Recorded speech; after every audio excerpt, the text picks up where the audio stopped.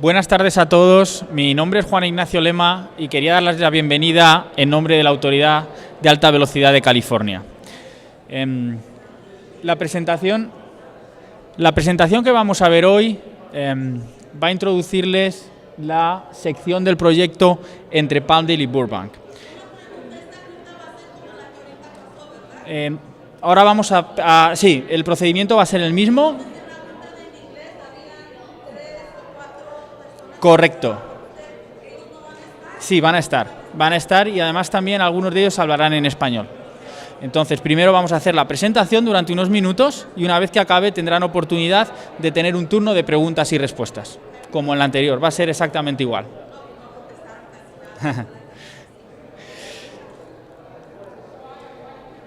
Primero les explicaremos un poco el proyecto en general de alta velocidad que va a unir las principales ciudades del estado de California. También hablaremos de todo el proceso de participación pública, de contacto con las comunidades y de interacción con los grupos de interés. Luego procederemos a hablar de lo que es la propia sección entre Palmdale y Burbank y sobre el proceso ambiental que se está siguiendo para evaluar las alternativas y seleccionar lo que le llamamos la alternativa preferida.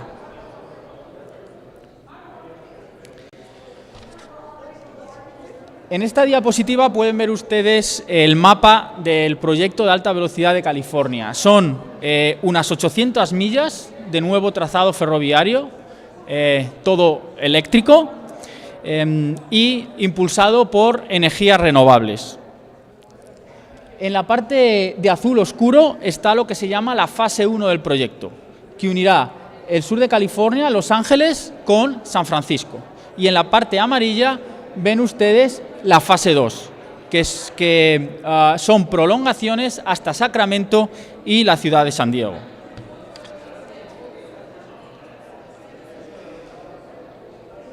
En el sur de California, que es la parte que ven ustedes en rojo, se van a llevar a cabo una serie de actuaciones y de hecho ya se están llevando a cabo. Ese corredor de 45 millas entre la ciudad de Burbank y de Anaheim tiene una importancia para el estado, puesto que será la entrada del nuevo tren de alta velocidad en el sur de California. En principio, el servicio de la línea, la primera fase en servicio, estará en el norte, estará entre el Valle Central y Silicon Valley. Es la parte que pueden ver en azul claro desde Bakersfield y todo hacia el norte hasta San José y San Francisco. Este es uno de las propuestas y de los compromisos de la Junta Directiva del Board de Alta Velocidad. Otro de los compromisos es completar esa fase 1 entre Los Ángeles y San Francisco y avanzar en la evaluación ambiental de estos tramos. Aquí en el sur, como les introduje antes, ya se están llevando actuaciones, el proceso ambiental y de planificación de los diferentes tramos, pero también se están invirtiendo 76 millones de dólares en proyectos de separación entre la carretera y la alta velocidad, como por ejemplo el paso a distinto nivel en Rosecrans.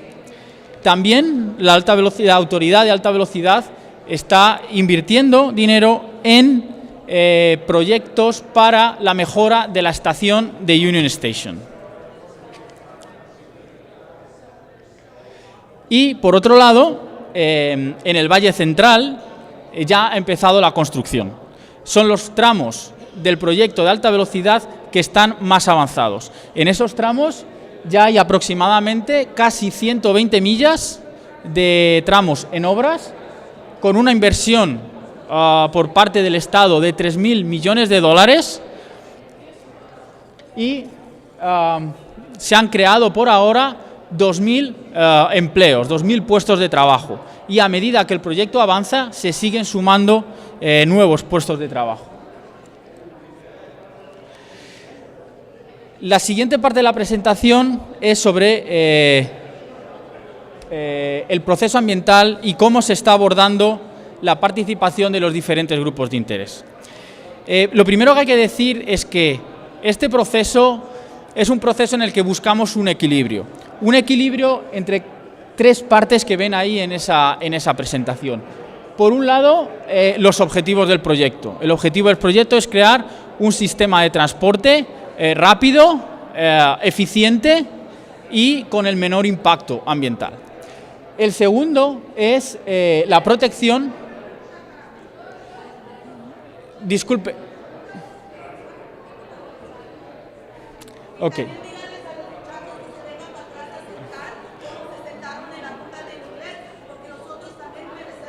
Ok. Sí, no se preocupe que estarán ahí. Bueno, en primer lugar, please, Mary.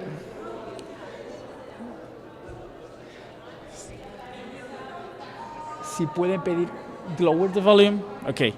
Bueno, sigamos con la presentación. Ok.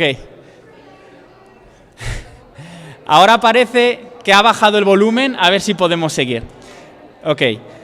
Les estaba diciendo que es un conjunto de equilibrios entre la parte de los objetivos del proyecto, la parte ambiental y, por otro lado, la parte de las comunidades. Estamos trabajando con agencias, con las personas interesadas y que puedan estar afectadas por el proyecto y con los representantes de las comunidades locales para identificar los posibles impactos y tratar de mitigarlos. Durante los recientes años se han seguido una serie de reuniones comunitarias. Más de 3.700 personas han participado desde el año 2014, en los últimos 4 años, en esta serie de reuniones. También nos hemos reunido, la autoridad se ha reunido con grupos de interés, ha habido más de 21 rondas de reuniones con estos grupos, con más de 500 participantes. También nos hemos reunido con las agencias estatales y de otros departamentos que tienen algo que decir en este proyecto y de manera continua se hacen actividades para el engagement con la comunidad. Durante los últimos años se han analizado una serie de rutas. Desde el año 2010 se han analizado diferentes alternativas. Esas alternativas, en función de los datos que se han ido consiguiendo, se han ido revisando hasta,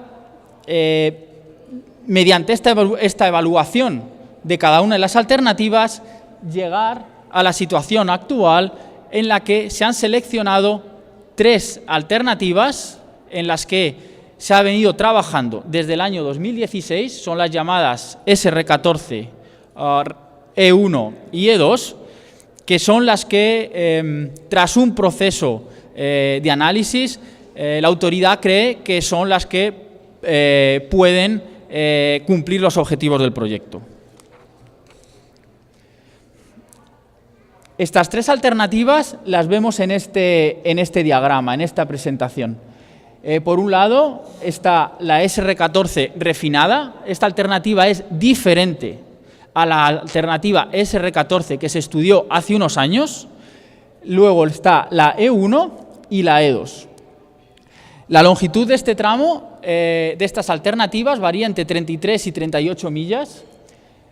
Todas tienen una gran cantidad de longitud en túnel, es decir, bajo la superficie. Todas tienen 2 estaciones, el punto de partida es Poundale y el de llegada es Burbank. Y pasa por determinadas comunidades con alta densidad de población. Pasamos por el National Forest y llegamos aquí al Valle de San Fernando por el corredor de Metrolink. Ahora vamos a pasar a analizar brevemente cada una de las secciones de estas alternativas, empezando desde el norte, en Palmdale, hasta el sur, hasta Burbank. En Palmdale se utiliza el nuevo corredor para alta velocidad, utiliza el corredor ferroviario existente de Metrolink en la medida de lo posible. Se hacen separación de pasos a nivel entre las carreteras y la alta velocidad para que no haya pasos a nivel. Y además en la estación de Palmdale tendrá conexión con Metrolink, sistemas de buses de transporte y también con la nueva línea de alta velocidad que se está ahora mismo planificando a Las Vegas. En el área de Acton, Aguadulce y Santa Clarita, la SR14 refinada, la alternativa refinada, sigue el corredor de la carretera estatal SR14. Pasa más alejado que la propia autopista SR14 en la escuela secundaria de Vázquez y además se prevén pasos para permitir el paso de los animales, de la fauna y también para la gente que utiliza el Pacific Crest Trail como área recreativa. En la zona de Santa Clarita tiene un itinerario completamente subterráneo en túnel. Y la E1 y E2, tras pasar por la subestación eléctrica de Vincent, se mete en el National Forest. En la zona del National Forest todas las alternativas van en túnel para cruzar las montañas de San Gabriel. Al llegar la salida de los túneles al final del trayecto en el valle de San Fernando, la SR14 sale a la altura de Montague Street y la E1 y E2 llega a la zona de la 210 y del Tujunga Wash. Eso lo vemos aquí. La SR14 refinada y la E1 elimina los desplazamientos para residencias de los habitantes de la zona en el valle del norte de San Fernando, puesto que sale el túnel en una zona industrial, cerca de los spreading grounds. Por otro lado, los detritos y todo el material que sale de la excavación del túnel se llevará con cinta transportadora a una cantera que hay en esa zona, que con esos materiales que proceden de la excavación se rellenará y en la medida que sea posible se restaurará. Una vez que llega a la zona de San Fernando Road, sigue el trayecto, el corredor de la línea de Metrolink y antes de llegar a la zona de Burbank, entra otra vez en túnel para llegar a la estación. La estación de Burbank será una estación subterránea. La E2, como he comentado antes, sale en la zona del Tujunga Wash, cruza la 210 y el propio río y vuelve a entrar en túnel ya hasta llegar a la zona de la estación de Burbank. En Burbank, como he comentado antes, todo el trayecto es subterráneo porque la propia estación va a ser subterránea. Va a ser una estación que va a estar localizada junto al actual aeropuerto de Burbank, muy cerca de la nueva terminal que ahora mismo se está proyectando. Este sistema, como he comentado antes, es un sistema de tren de alta velocidad con propulsión eléctrica. Eso hace que haya una serie de elementos que haya que construir con el proyecto. Va a tener lo que se llama una catenaria, que es un hilo encima del tren, de donde el tren toma la energía. Y para llevar esa energía a ese hilo que va a alimentar el tren, va a haber unas acometidas eléctricas desde subestaciones existentes ahora en la red. También habrá, obviamente, instalaciones de mantenimiento para mantener los trenes y para que las brigadas de mantenimiento hagan la conservación y la reparación de las vías y de los túneles. También va a contar, por supuesto, con sistemas de seguridad. Los sistemas de seguridad que se va a aplicar para la circulación es el llamado Positive Train Control. Es un sistema automático de trenes para garantizar la circulación lo más segura y evitar ningún tipo de incidencia. También se va a contar con un sistema de detección de terremotos. Es un sistema que lo que hace básicamente cuando detecta un terremoto unos segundos antes de que se produzca, reduce la velocidad de los trenes hasta pararlo para evitar accidentes, y también va a estar completamente vallado.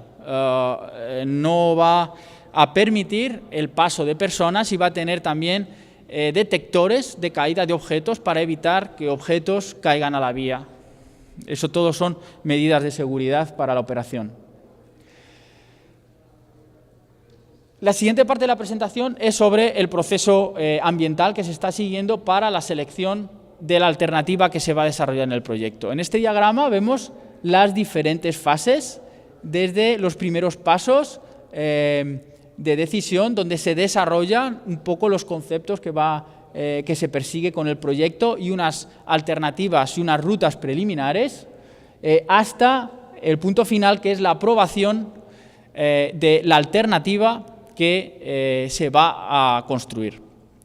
Nosotros ahora mismo estamos donde apunta la flecha, en la fase en la que el personal técnico de la autoridad de alta velocidad, después de haber analizado diferentes alternativas, con la información disponible es capaz de proponer una alternativa como la que mejor cumple los objetivos que hemos comentado antes y como la que logra un mayor equilibrio entre todos los efectos.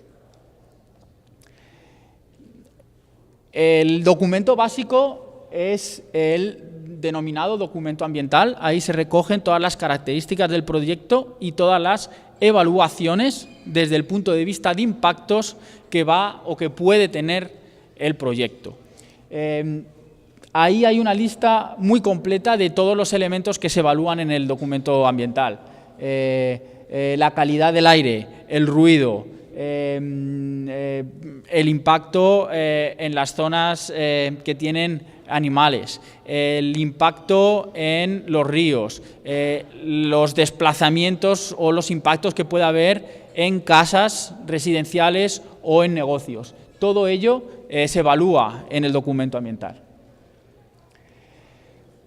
¿Y cómo se trabaja para tratar de evitar y minimizar estos impactos? Bueno, lo primero que se intenta es evitar, es decir, que no haya ningún impacto. Eso no siempre es posible. Entonces, si eso no es posible, lo que se trata es de hacer que esos efectos tengan la menor repercusión y el menor impacto posible. Y si aún así hay determinados impactos que o no se pueden evitar o que su reducción es difícil, lo que se trata es de mitigar con medidas de mitigación que puedan paliar esos impactos.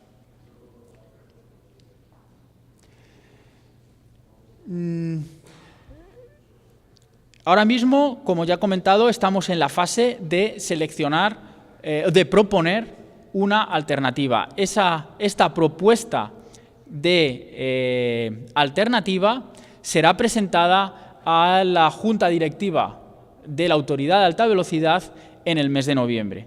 En ese punto, la Junta Directiva decidirá si sigue adelante con esa alternativa y culmina los análisis y los estudios ambientales que se están desarrollando, o por el contrario, a pesar de que esa ha sido la propuesta, decide que es mejor seleccionar alguna de las otras. ¿Cuál es la alternativa que el personal de la Authority ha propuesto? Es la denominada SR14 refinada. Esta alternativa tiene unas 38 millas de longitud, más o menos el 70%, unos 25 millas son trayecto en túnel. Tiene, como vemos ahí en esa diapositiva, 6 túneles de diferentes longitudes. El túnel más largo tiene cerca de 13 millas de longitud. Comienza en la estación de Palmdale, el trayecto, y acaba en la de Burbank.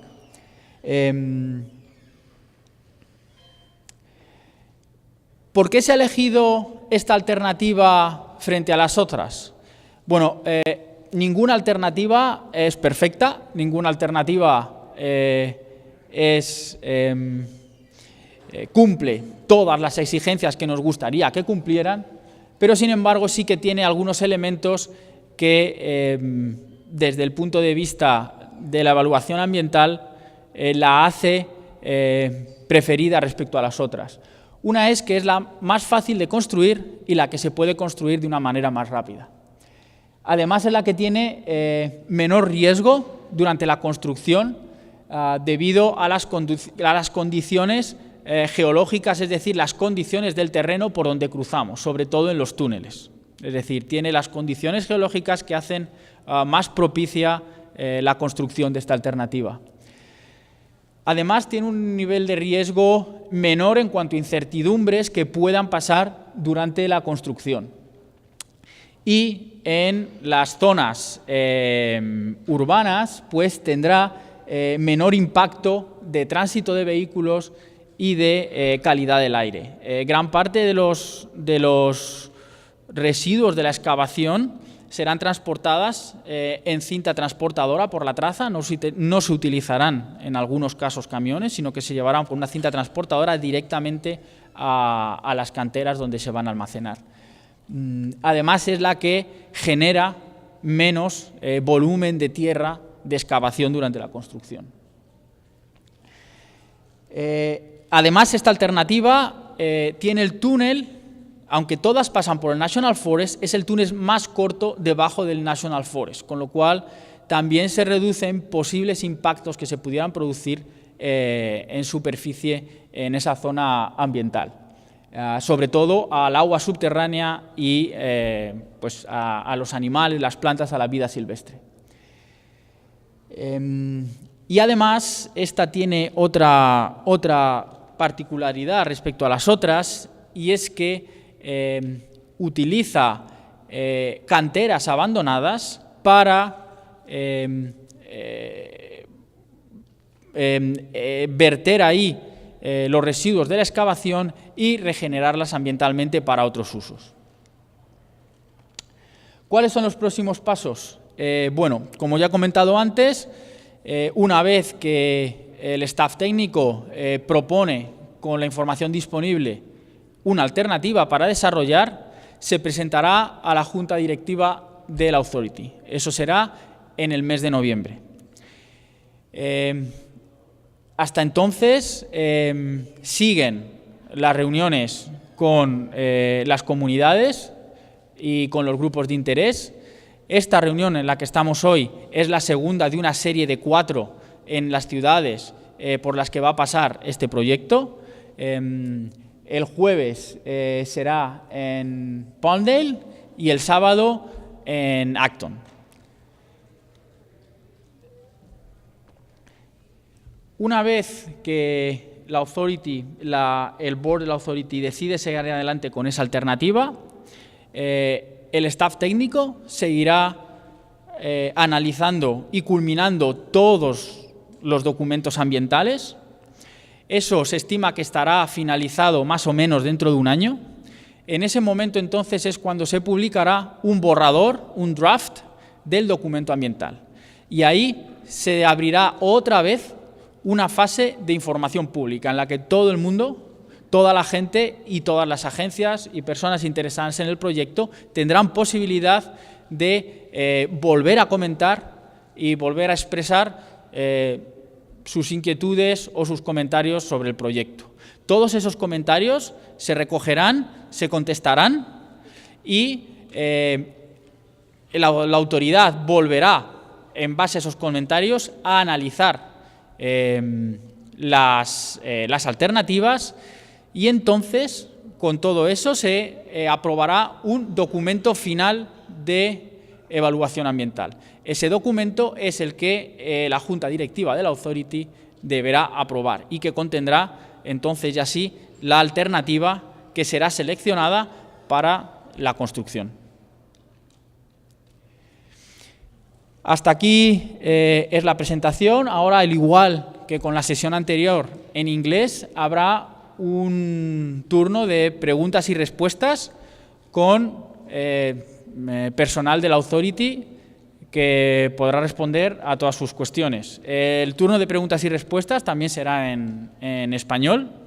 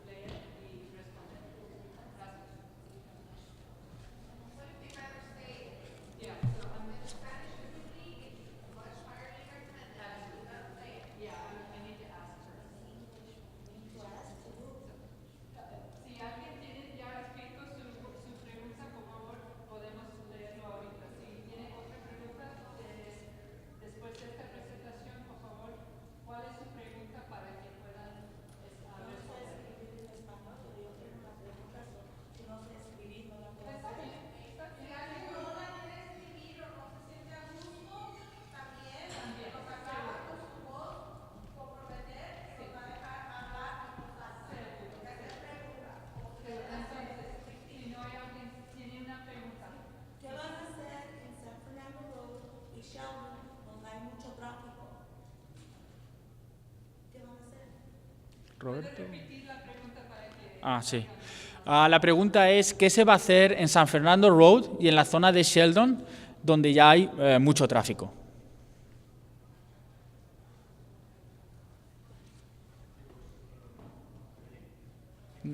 No. Hello. Ahora. A ver, sí.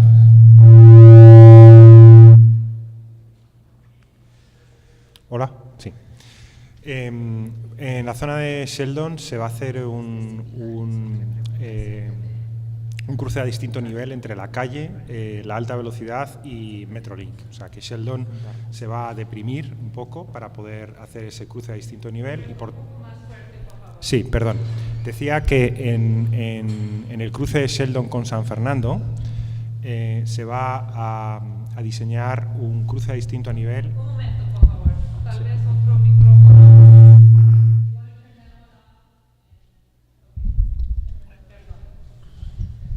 Hello, hola. Sí. ¿Te puedes parar, por favor? Tal vez. Quizás. Sí. Acá mejor. Se puede subir esto. Sí.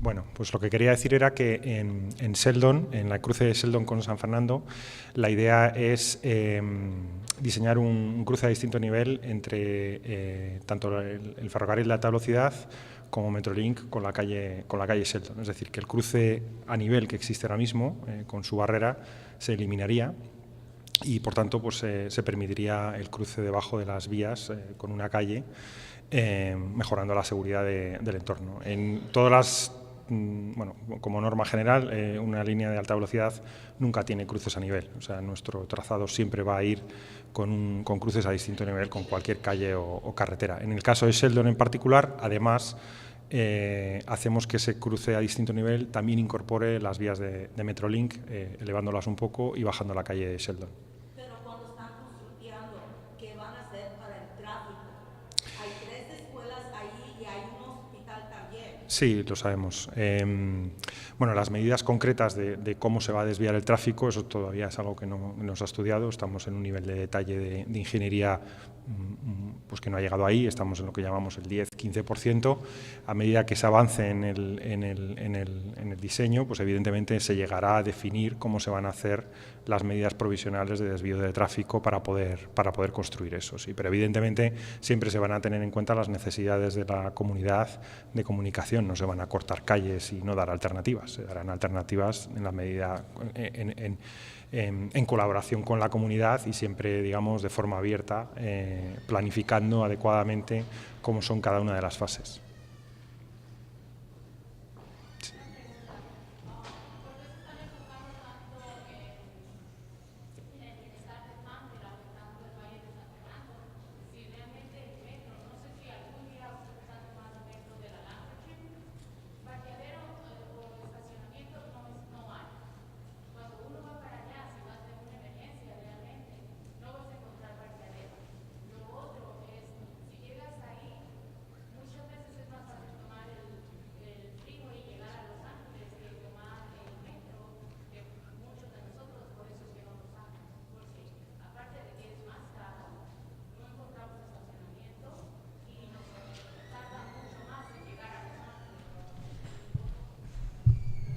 ¿Puedes repetir más o menos la pregunta? Sí, yo creo que esta pregunta no está muy ligada con este proyecto porque creo...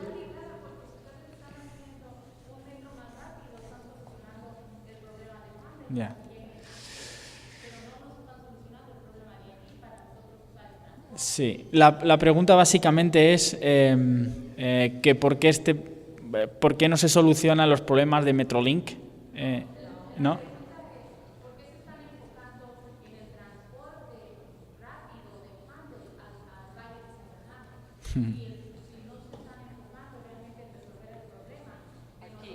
Ya. Sí.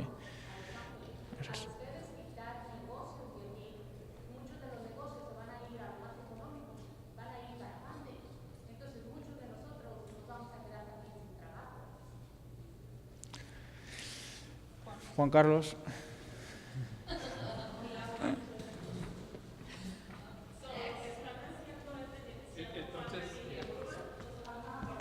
Una cosa de, sí. Una cosa es que con el tren rápido se puede conectar ciudades muy largas en muy corto tiempo. Entonces, para llegar, como por ejemplo, en Palmdale están construyendo los nuevos, how do you say jets? Jets. Aviones. No, aviones. Aviones del militar. Están teniendo un gran problema a obtener bastante trabajadores que pueden ir a Palmdale porque no hay bastantes personas que pueden hacer este trabajo porque viven aquí en Los Ángeles y no quieren viajar a Palmdale. Entonces, si usted vive aquí en Sun Valley y puede hacer este trabajo cerca de Burbank, usted puede tomar ese tren en Burbank y llegar a Palmdale en 20 minutos. Puede llegar en Bakersfield en 40 minutos. Y entonces, donde puede trabajar va a crecer mucho hasta dónde puede llegar. También el tren va a seguir hasta Los Ángeles, hasta Anaheim. Entonces, van a tener más oportunidades de trabajos porque pueden llegar a lugares muy, muy largos en muy corto tiempo. Entonces usted está diciendo que no va a haber trabajo aquí en los valles. No, la cosa es los dos modos. Personas que viven en Palmdale, también que para llegar de Palmdale hasta acá son 2 horas. Van a quitar tiendas, van a quitar cosas. ¿Qué va a quedar aquí? Bueno.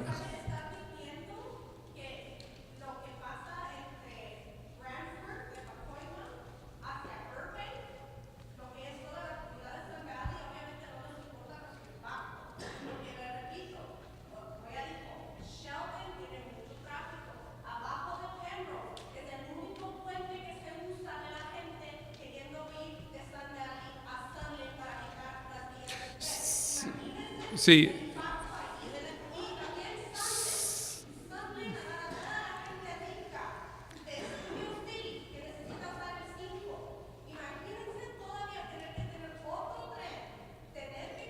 So, este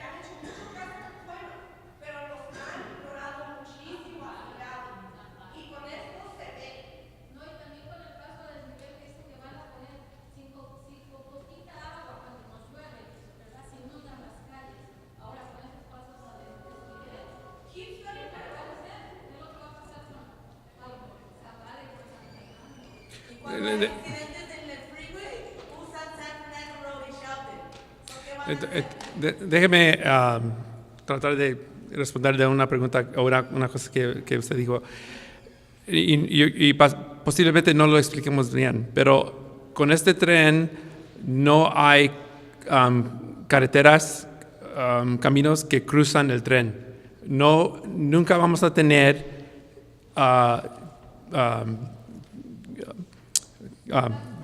carreteras que cruzan el tren, siempre van a estar separadas. Entonces, con este tren, nunca va a tener que esperar en un carro para que pase el tren, porque los caminos nunca van a cruzar al mismo nivel. En Sheldon, como se explicó, como es Tuxford ahora, Tuxford va abajo del tren, así va a ser en Sheldon. Entonces, si usted está caminando en Sheldon ahora y pasa el tren, tiene que esperar. Cuando nosotros construimos el proyecto, nunca va a tener que esperar ahí porque va a poder pasar así porque el tren va a estar en un puente y el Sheldon va abajo. Entonces, eso va a ser una mejorada para el tráfico en esta área. Y también usted dijo ¿cuál otra carretera? Sunland. En Sunland también, Sunland se va a quedar ahí donde está en el nivel que está, y nosotros vamos a ser abajo de Sunland. Entonces vamos a estar, no se va a tener el mismo nivel en Sunland, y el tren va abajo Sunland. Entonces no va a haber un caso cuando usted va a tener que esperar por el tren en el carro.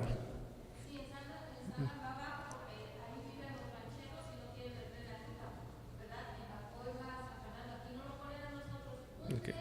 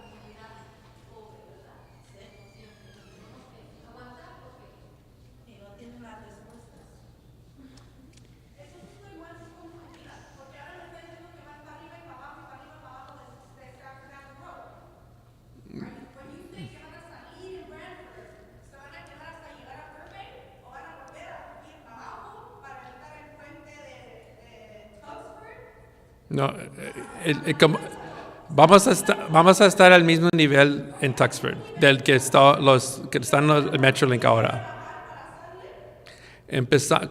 Cruzando el I-5, vamos a empezar, o más o menos en Penrose, cuando estamos al aeropuerto, porque vamos a cruzar los runways donde están, cuando bajan los aviones, ahí tenemos que estar bajo del nivel por los usos del aeropuerto. Ahí no se permita entrar ahí al mismo nivel porque el aire tiene que estar libre por razones que ahí bajan los aviones. Entonces, en ese lugar tenemos que estar bajo de nivel. Para llegar bajo de nivel, tenemos que empezar casi donde está Penrose. Por eso todo ese tiempo estamos bajando, porque bajamos muy despacio para llegar bajo nivel en el aeropuerto. Nomás ahí estamos bajando muy, muy despacio.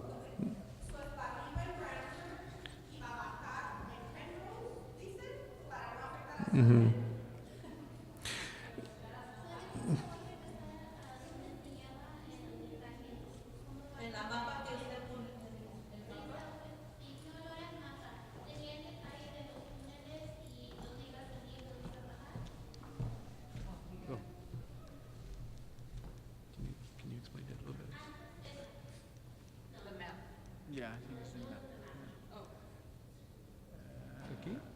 Aquí?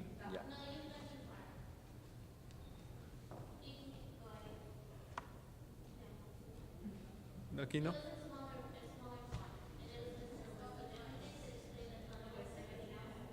Explain the ¿Tenía todas las alternativas de Pound y la Burbank o solo aquí en el Valle de San Fernando?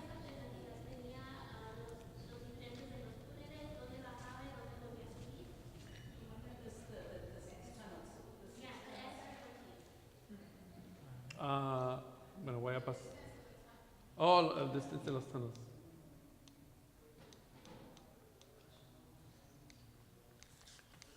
¿Aquí? ¿Aquí?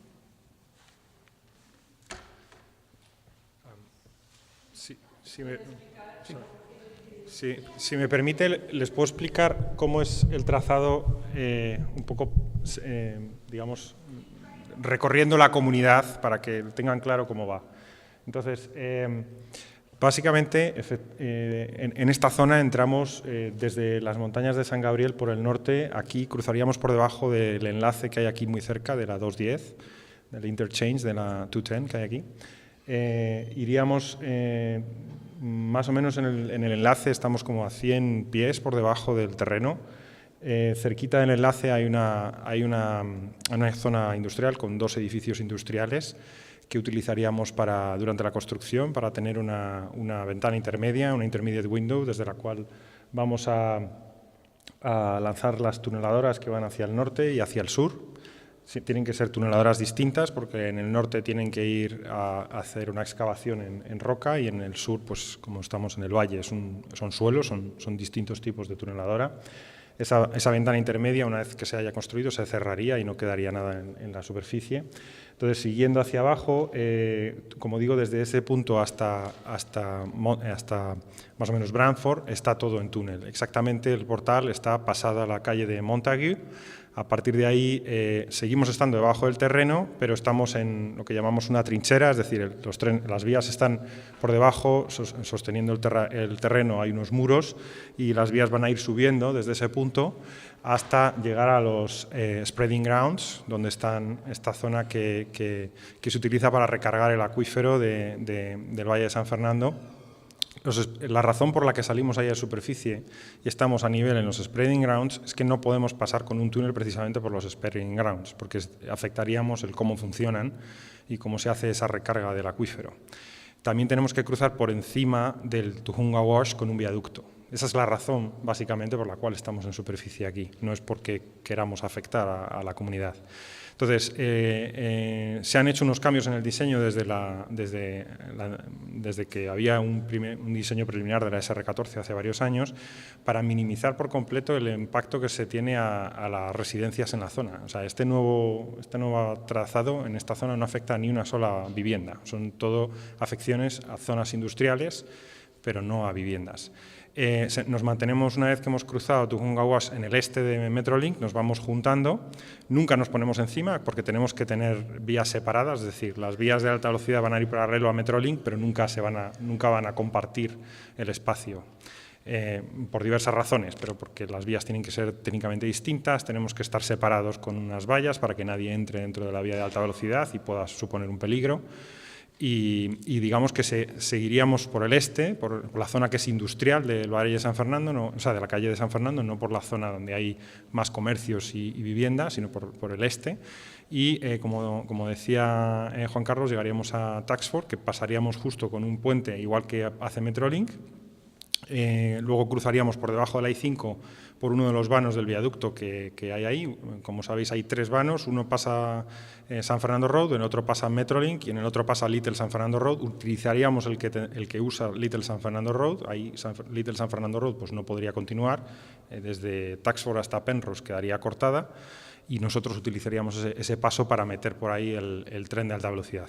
Y a partir del cruce del I5, que también ese es otro de los puntos clave de este trazado, tenemos que pasar justo por ahí, no podemos pasar por encima porque sería una estructura enorme y muy visible, tampoco podemos pasar por un túnel por debajo porque afectaríamos a la cimentación de ese viaducto, entonces tenemos que pasar justo por donde hay hueco, que es ese vano de ese viaducto. Entonces, a partir de ahí ya nos volvemos a enterrar, porque ya a partir de ahí no tenemos más condicionantes. Entonces, volvemos a entrar en una trinchera, como había dicho que había en la zona de Brantford, en la que las vías empezarán a estar debajo del terreno, sujetadas y el terreno estaría sujeto por 2 muros, y a la altura de Olinda ya tendríamos suficiente profundidad como para, digamos, tapar esa trinchera y a partir de ahí estaríamos totalmente subterráneos hasta llegar a la estación de Burbank, que también va a ser subterránea y va a estar al lado de la nueva terminal del aeropuerto que el aeropuerto planea desarrollar. Con lo cual, pues la estación de alta velocidad y la nueva terminal estarían prácticamente juntas y eso daría pues muchas sinergias económicas para desarrollos de centros comerciales, oficinas y, por supuesto, puestos de trabajo. Una de las preguntas que ha habido es que en una comunidad pobre pues no va a utilizar el tren de alta velocidad. Eso es cierto, o sea, eso es verdad, porque el tren de alta velocidad en una gran parte lo van a usar los usuarios del avión. O sea, eso es así, porque es un tren de largo recorrido, que lo que pretende es hacer un viaje que si fuera por carretera sería muy largo, y si fuera por avión pues puede ser parecido en tiempo, pero es más incómodo, ¿no? Con lo cual, pues es un medio de transporte que, eso es cierto, en los países desarrollados donde existe, pues la gran parte de las personas que lo usan pues son o gente que lo usa por trabajo, por negocios, o gente que está de vacaciones, etcétera, ¿no? Pero hay muchísimas otras sinergias económicas que una infraestructura de este tipo provoca en las comunidades que atraviesa, empezando por el momento de la construcción. En el momento de la construcción se van a generar un montón de puestos de trabajo. Eso es así y podéis... Bueno, en Central Valley bueno, hay una serie de programas que pilota la Authority. Yo no soy muy experto en cómo se está haciendo esto, pero hay unos programas en los que se potencia la contratación de personal local, de pequeñas empresas locales que participan durante esa construcción, de que suministran bienes y servicios durante la construcción. Eso es un primer efecto económico que tiene. Otro efecto económico que tiene es durante la operación. Una vez que, o sea, aunque ninguno de los que estéis aquí vayáis a montaros nunca en un tren de alta velocidad, el que exista una estación de alta velocidad en Burbank, que exista ese desarrollo económico que va a haber ahí y exista ese tráfico de gente que va a ir y volver y que va a utilizar esa estación, va a generar economías, va a haber comercios que se abran porque van a vender a los viajeros cosas, eso genera puestos de trabajo, va a haber servicios de mantenimiento, servicios de limpieza, servicios de 1000 cosas que, bueno, pues sería interminable de listar y eso va a potenciar la economía de la zona. Es como cuando se pone pues, una fábrica en un sitio. Y ya termino, un segundo más, porque ha habido otro tema que es la contaminación. Este tren es totalmente eléctrico, o sea, no va a añadir ningún tipo de contaminación, no va a generar ni contaminación de partículas, ni de óxidos de nitrógeno, ni nada, ni tampoco emisiones de CO2 adicionales a las que ya puede haber. Al contrario, como va a detraer viajeros, principalmente del avión y también de la carretera, va a reducir la contaminación que se genera aquí. O sea, eso es así. Y esos son los estudios que bueno, en todas partes, digamos, donde se han implantado sistemas de este tipo, esos han sido los resultados. Y durante la construcción, como se ha explicado antes, gran parte de los túneles que se van a construir estamos planeando o proponiendo utilizar tuneladoras que son totalmente eléctricas y sistemas de extracción de materiales del túnel, como las cintas transportadoras, que son totalmente eléctricas. Es decir, que no va a haber, y precisamente esa es una de las razones de peso que ha habido, como ha explicado Juan, para seleccionar esta alternativa, el hecho de que podamos extraer todos esos materiales mediante cinta transportadora y llevarlos directamente a los sitios pues a las canteras que hemos identificado que están en desuso y que tienen unos volúmenes enormes, vacíos, que se pueden utilizar para disponer de estos materiales, eso ha sido una de las razones de peso fundamentales. Las otras alternativas no tenían esta posibilidad y generarían durante la construcción muchísimo tráfico de camiones pesados llenos de esos materiales, ¿no? Entonces, bueno, quería un poco responder porque se habían lanzado varias ideas.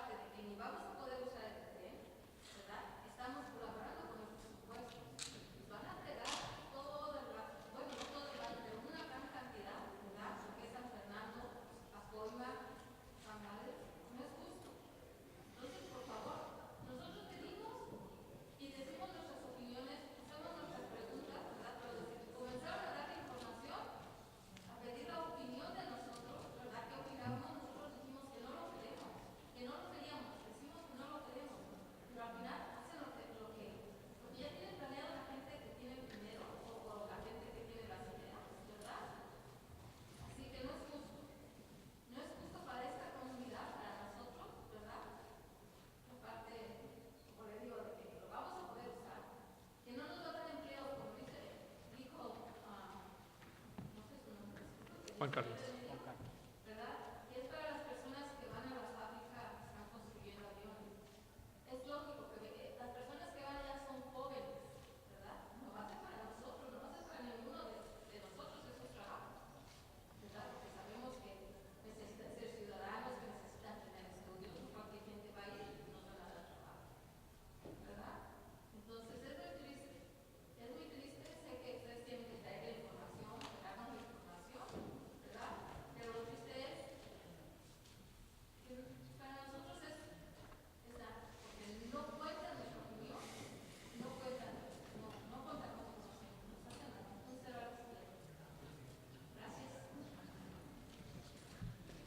Hay una pregunta más, sí. ¿Qué se necesita para que todo el trayectorio en el Valle de San Fernando sea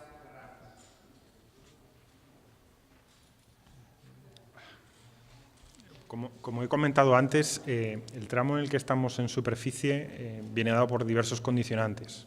Uno es que no podemos ir en túnel cruzando los spreading grounds que hay cerca del Tujunga Wash. Ese es el principal. Es la razón por la que acabamos el túnel ahí. Y luego, una vez que estamos en superficie, no nos podemos, digamos, volver a enterrar hasta pasar la I-5, porque si no generaríamos muchos problemas en ese tramo, precisamente entre el Tujunga Wash y Taxford, por ejemplo, donde hay un montón de calles y industrias y comercios en los lados que cortaríamos, digamos, o tendríamos que quitar. Y como decía, tampoco podemos pasar por la I-5 por debajo porque afectaríamos a las cimentaciones del viaducto, con lo cual hemos tenido, digamos, que enhebrar la aguja y meter el trazado justo por el hueco que teníamos, ¿no? ¿Por qué no están eligiendo, recomendando E2? En vez de Vale.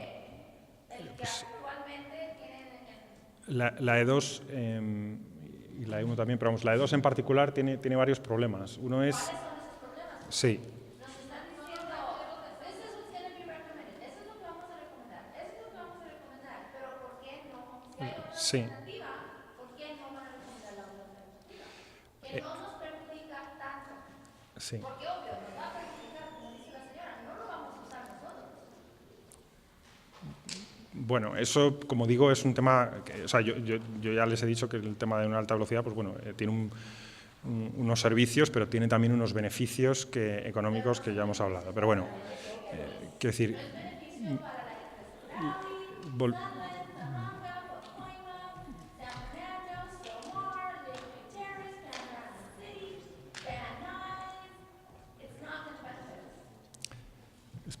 contestando a tu pregunta de por qué no se ha escogido la E2. La E2 tiene varios problemas. Uno de ellos es que la E2 sí tiene afección a zona residencial y no podemos evitarla. Hay varias, bueno, hay una zona allí justo en la zona de Lakeview Terrace y de Foothill que se afecta. De todas maneras, como... Ellos se trajeron abogados por eso. Si ustedes dicen que están oyendo a la comunidad y tenemos tantos años diciéndoles que no los queremos aquí, ¿por qué siguen enterados queriendo estar aquí? De todas maneras, como ya comenté antes en la presentación, ninguna alternativa es perfecta, todas tienen ventajas e inconvenientes. Unos en unos determinados aspectos son mejores que otras y al final lo que se trata de buscar es un equilibrio. De todas maneras, el proponer una alternativa seleccionada no implica que las otras se dejen de estudiar. Por la legislación federal tenemos que seguir estudiando las tres al mismo nivel y vamos a seguir estudiando las tres al mismo nivel. Lo único que, con los datos que hay ahora mismo, a día de hoy o en los últimos meses, se ha decidido recomendar una de ellas. Pero el proceso sigue para las tres en igualdad de condiciones y se van a seguir analizando. Y si después de recabar más datos durante el próximo año se ve que eso cambia, puede cambiar. Y además, esto es una propuesta, es el Board de la Authority, la Junta Directiva de la Authority, la que decidirá si esa alternativa sigue adelante o en función de los datos que se siguen recabando, se decide por otra. ¿Y por qué ellos no vienen y por qué mandan a ustedes? Si ellos son los que pueden decir sí o no, ¿por qué ellos no? ¿Y por Sí. qué ustedes? Sí, poner a ustedes en esta situación que nosotros yo les estoy hablando con voz alta, porque no es justo. ¿Por qué no vienen ellos aquí a dar la cara? ¿Por qué? entonces,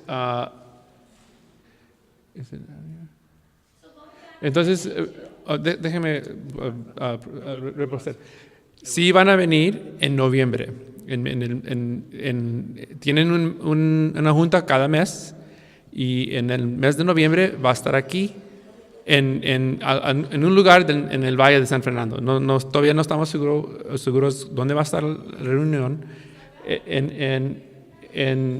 Y nosotros vamos a hacer esta recomendación al board, a la junta, a los directivos. Y va a haber oportunidad para personas como ustedes, pueden ir a decir estas cosas al board, a decirles estas cosas, y después ellos van a darnos direcciones que vamos a hacer después de esta reunión. Pueden decir sí, pueden seguir con esta alternativa, o nos pueden decir no estamos de acuerdo con la comunidad dice esto, entonces vamos a cambiar. Cualquier cosa puede pasar, pero es muy importante que ustedes vayan a esa reunión que va a ser en noviembre, cuando sí van a venir aquí y nosotros vamos a hacer esa presentación a ellos.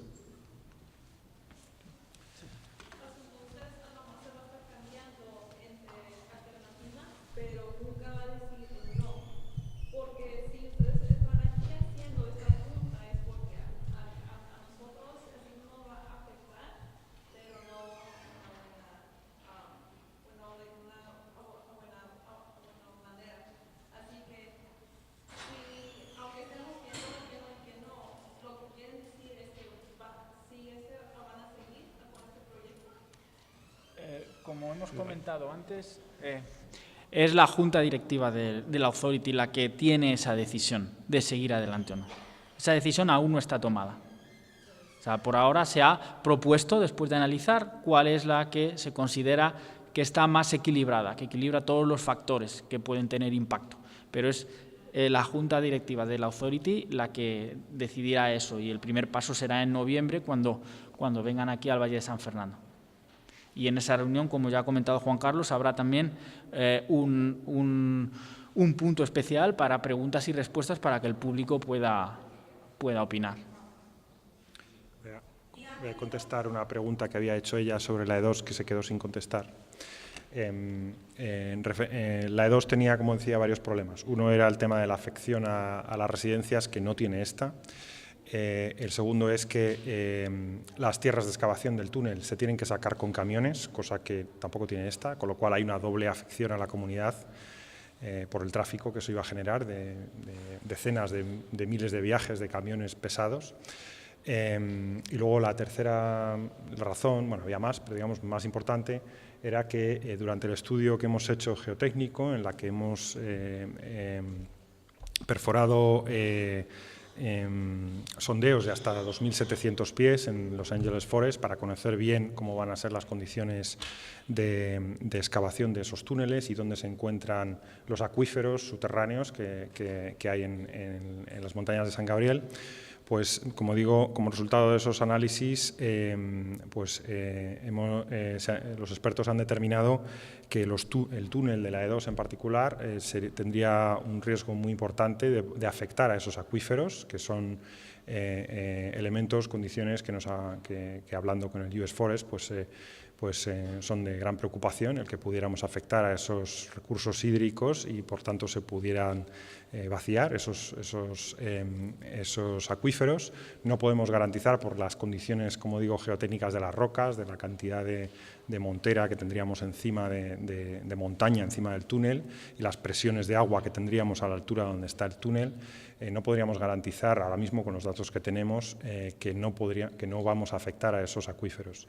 La E1 es mejor en ese sentido que la E2, pero sigue teniendo problemas, y la SR14 es la que no tiene esos problemas por las condiciones geotécnicas de la zona por la que atravesamos con el túnel. No hemos identificado ni ni pozos, ni surgencias de agua que pudiéramos afectar, cosa que sí hemos hecho en el caso de la E1 y la E2. Eso es un tema de análisis de riesgos y hemos determinado que tienen más riesgo la E1 y la E2 en ese sentido que la SR14. Esas son un poco, digamos, a grandes rasgos, las ideas principales que han, digamos, dirigido esta decisión.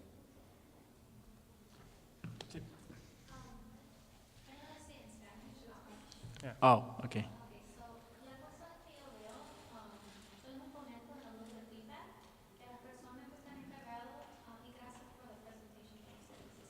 Gracias. Pero la cosa es que la persona que está haciendo outreach, lo que yo veo en la comunidad de nosotros, yo sé que se llama problema, pero la cosa es que las cosas que ponen como los articles en el website, todo eso es buena información, pero para la gente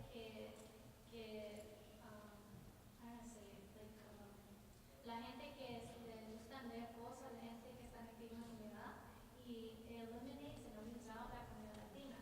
So, la comunidad de nosotras no vemos el Facebook, no vemos los websites de ustedes, no sabemos los artículos que salen en el newspaper o la information.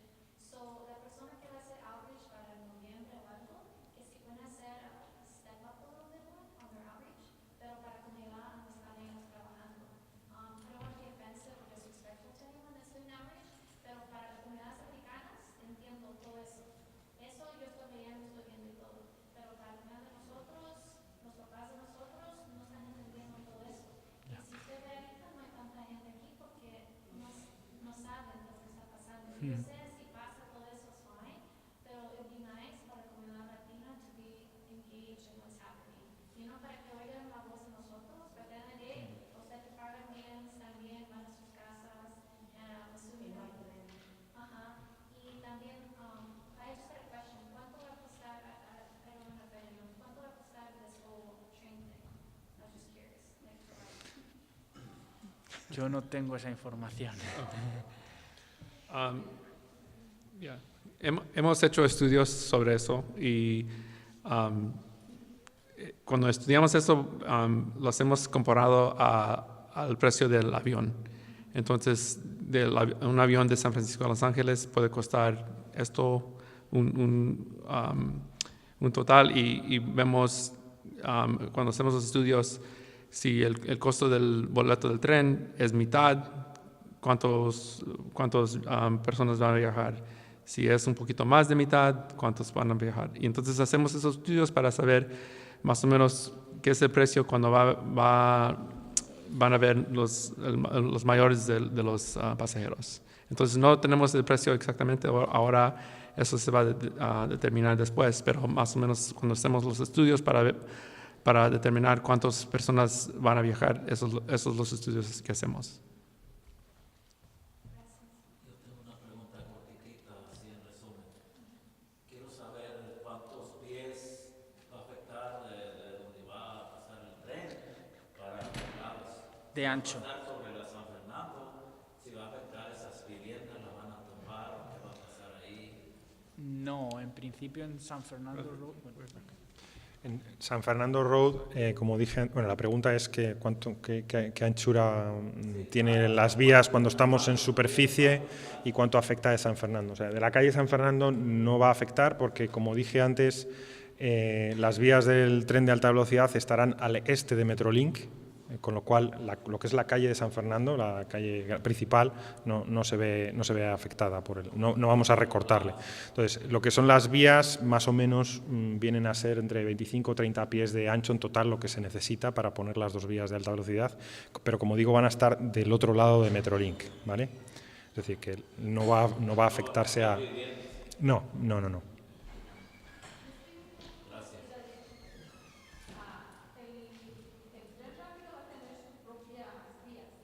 Sí, correcto. Entonces, el tráfico va a ser el mismo que el tren de Metrolink va a tener las que están ahorita. Sí. Entonces, va a ser lo mismo, no nos va a ayudar nada con el tráfico, porque cuando pasa el Metrolink no tiene que parar para esperar.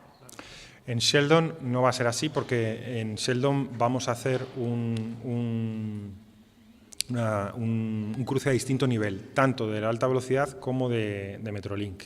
Sheldon pasará por debajo de ambas vías, entonces ahí no habrá barreras, los trenes no tocarán la bocina cuando pasen, es decir, que será una mejora de ambas infraestructuras. En el resto del trazado, lógicamente, de Metrolink, pues sí, no vamos a hacer cambios porque no afectamos, ¿no?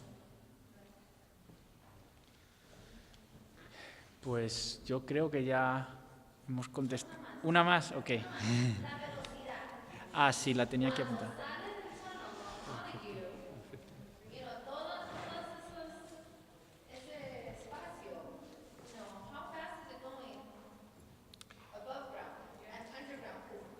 Sí. Sí, sí. Sí. Contesto. Cien- ¿Cuál es la velocidad cuando sale del túnel Sí. y cuando está corriendo por arriba? La máxima velocidad en este tramo, son 150 millas por hora. Sí. Sí.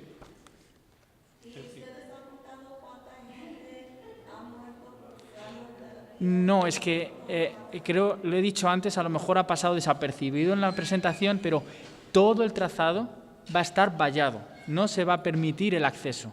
No es como Metrolink, aquí va a estar todo vallado.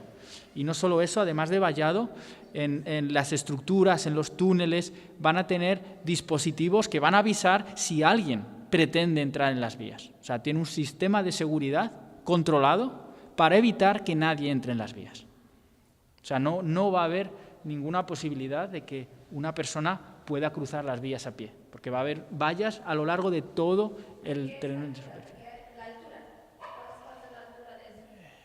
Eso se tendrá que definir ya un poco más adelante en las especificaciones, pero que pueden ser 7 pies, 8 pies. Sí, 7, 8 pies, incluso más si es necesario. Eso no es un...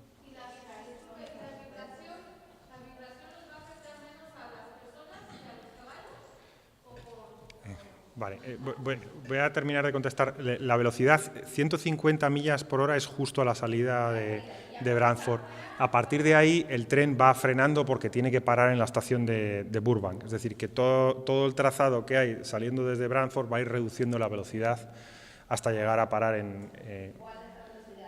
bueno, pues entre 150 y 0 en el que estará en Burbank. No le sé decir a cuánto va a pasar en Sheldon, pero...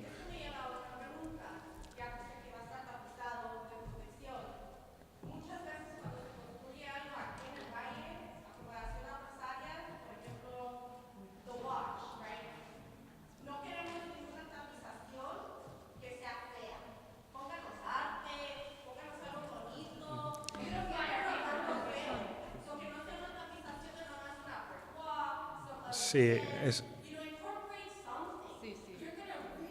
es algo en lo que eso es algo que se suele hacer y se suele trabajar con la comunidad para ver qué tipo de elemento. Sí, graffiti, puede haber problemas de graffiti, todo ese tipo de problemas se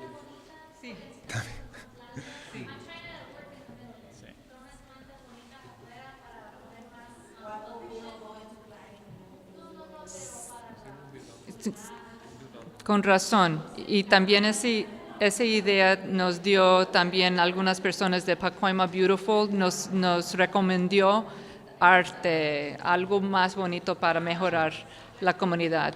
Bueno, ya llegamos a la hora que nos están diciendo que tenemos que irnos. Entonces, muchísimas gracias a todos ustedes. Gracias por su paciencia, por sus comentarios. Todo bien recibido y gracias. Nos vemos pronto. A usted. Gracias.